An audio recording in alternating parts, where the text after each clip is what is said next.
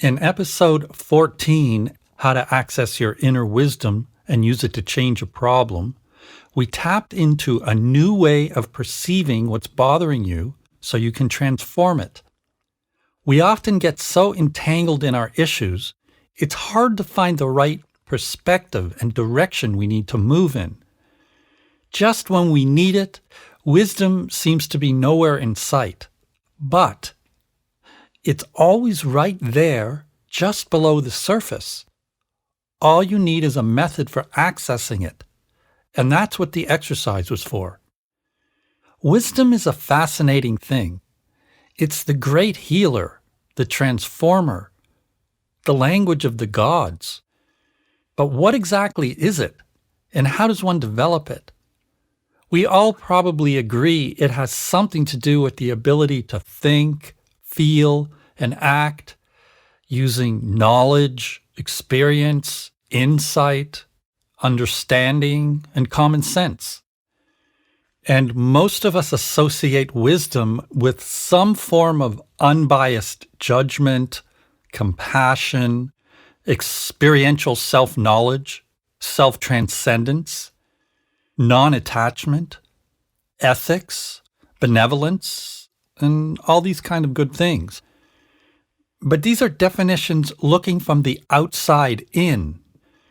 What's the actual experience of being wise, and how can you connect with it? First of all, it's not a state of consciousness, like some spiritual teachings make it sound. Wisdom is an attribute of enlightenment, and neither enlightenment nor wisdom happen through some sort of balanced, unchanging, static state of mind. They happen through your process.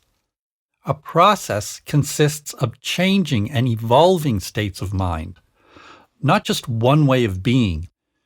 It's a growth trajectory, not a fixed condition. One of the ways this is represented in Eastern spiritual traditions is in the yin-yang symbol of Chinese Taoism. People misinterpret this symbol to mean that wisdom equals balance, and that we should aim at achieving a balance of our opposites, male, female, active, passive, and so on.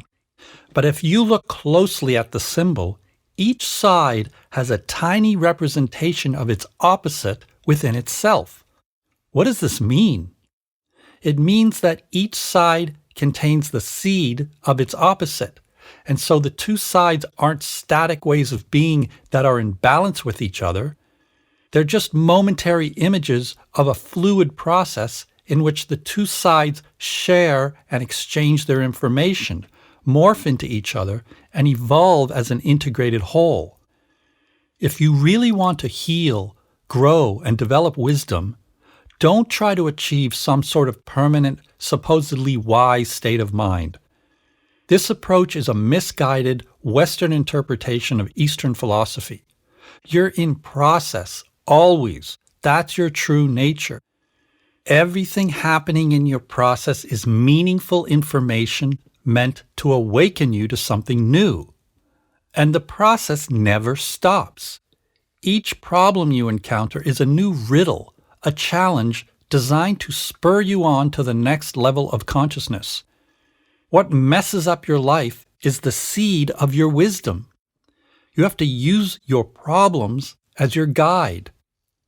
Study yourself when you feel messed up, especially the inner stories you spin, and process them. Don't just believe them. Don't just automatically fall under their spell. And definitely don't just repress or even try to meditate them away. I say meditate them away because I've had clients who practice meditation to try to detach from their problems. But really what they're doing is splitting themselves from their own process. The Eastern notion of wisdom as non-attachment can be confusing, and some folks misconstrue it to mean you should dissociate from your problems. You see this in folks who just want to bliss out and not deal with the mess in their lives, relationship problems, health issues, self-hatred, and so on. Mindfulness practice should be used to go into experiences, not just observe and detach from them, or bliss out or whatever. Now, when I say wisdom is a process, it means it evolves. Ancient wisdom is awesome, but it's also static and therefore limited, just like the wisdom of any era will be, because individual and collective consciousness, knowledge, understanding, and feeling are always evolving. In traditional cultures, for example, indigenous cultures, this is less true because wisdom is carried by the elders who have the most experience with the beliefs and practices of their society, and they usually don't promote change. But in non-traditional cultures, or what I call creative cultures, because they constantly recreate themselves, wisdom is forever changing. What's considered wise today may be considered passé in the future. Awareness and knowledge are always in expansion mode, and therefore, wisdom isn't just something you learn once and for all. You have to continually discover and rediscover it in ever-changing ways. It's a developing story. So, where does wisdom come from?